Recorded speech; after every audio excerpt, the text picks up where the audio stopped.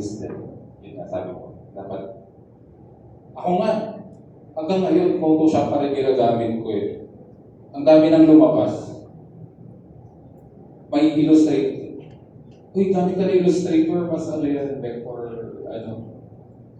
No, sa Photoshop pa rin ako gumagawa ng ano. Pero ngayon, natuto rin ako ng, along the way, natuto rin ako ng Illustrator. Ayan. Pero yun, lahat sila, okay. Kahit anong gamitin mo. It's just a matter of efficiency. Nasa inyo kung saan kayo mas comfortable. Ang hindi mawawala yung creativity nyo. Kahit paid gamitin nyo kung creative ka, the best.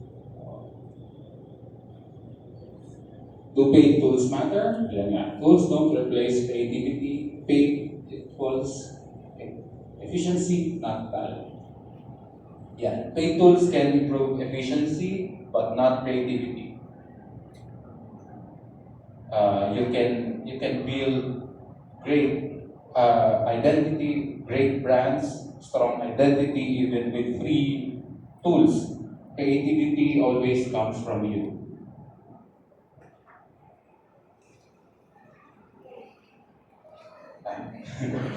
Common pitfalls are inconsistency, overcomplicating, copying trends too much, ignoring audience. Common mistakes. Simple and clear is open, is mas simple, mas clear, mas concise. It is often more powerful than alam mo yun, masyadong complicated yung design. Kung hindi mo naman efficiently na na-convey yung gusto mong i-convey, wala din. Dapat consistent yung sa buong the customer is always right, but not all the time. Lalo sa ito sa field natin, minsan yung mga bosses tayo na mga boss na hindi creative pero nagpapag-creative. Pero alam mo yun, tas parang yung parang gusto mong sabihin na I know what I'm doing this for you. Pero minsan, pag in-ignore mo rin sila, kasi mas alam na nila sila yung may-ari ng brand na pinapagawa nila sa'yo.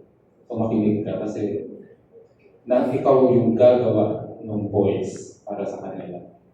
So don't ignore them. Ignore mo lang, don't ignore your colleagues. Know their feelings, how they see your brand, etc.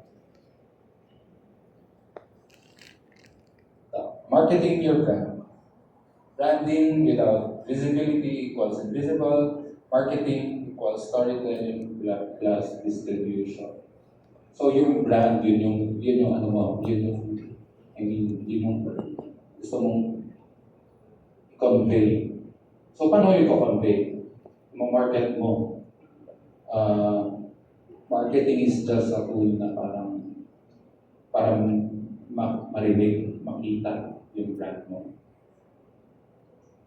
This is everything, where everything comes together sa marketing. If you have a strong brand but no one sees it, think about goal. What is this for? Audience. Who are you speaking to? Platform. Where are they? And platform. Ang dami na nating platforms ngayon. Saan mo gagawin yung brand mo? Kahit maliit na post pa yan, kahit na simple campaign, kung na-market mo na mabuti. Basta consistent ka. Ayun. Engagement builds connection. Next. Finding your audience. Niche, mass audience, speak directly to specific people. Ito yung parang kinikwento ko kanina na story na paano mo hanapin yung right people dun sa field mo. Sabi ko, hindi naman siya naging instantaneous . Parang na-build ko yung akin from working different fields hanggang unti-unti kong nahanap yung yung audience, yung right audience sa ginagawa ko. Funny nga kasi, I have a band, sanay ako dito sa stage, pero hindi ako, ang weird, hindi ako sanay magsalita sa harap, pero sanay ako nasa stage. Parang from nung start ng designing career ko, kasama na agad yung pagbabanda ko eh. So, naisip ko, mas gusto ko yung designs ko, yung ginagawa ko para sa music community. Ayun. Right there, nahanap ko na yung niche ko. Yung parang, yung audience ng mga designs ko is coming from the music industry.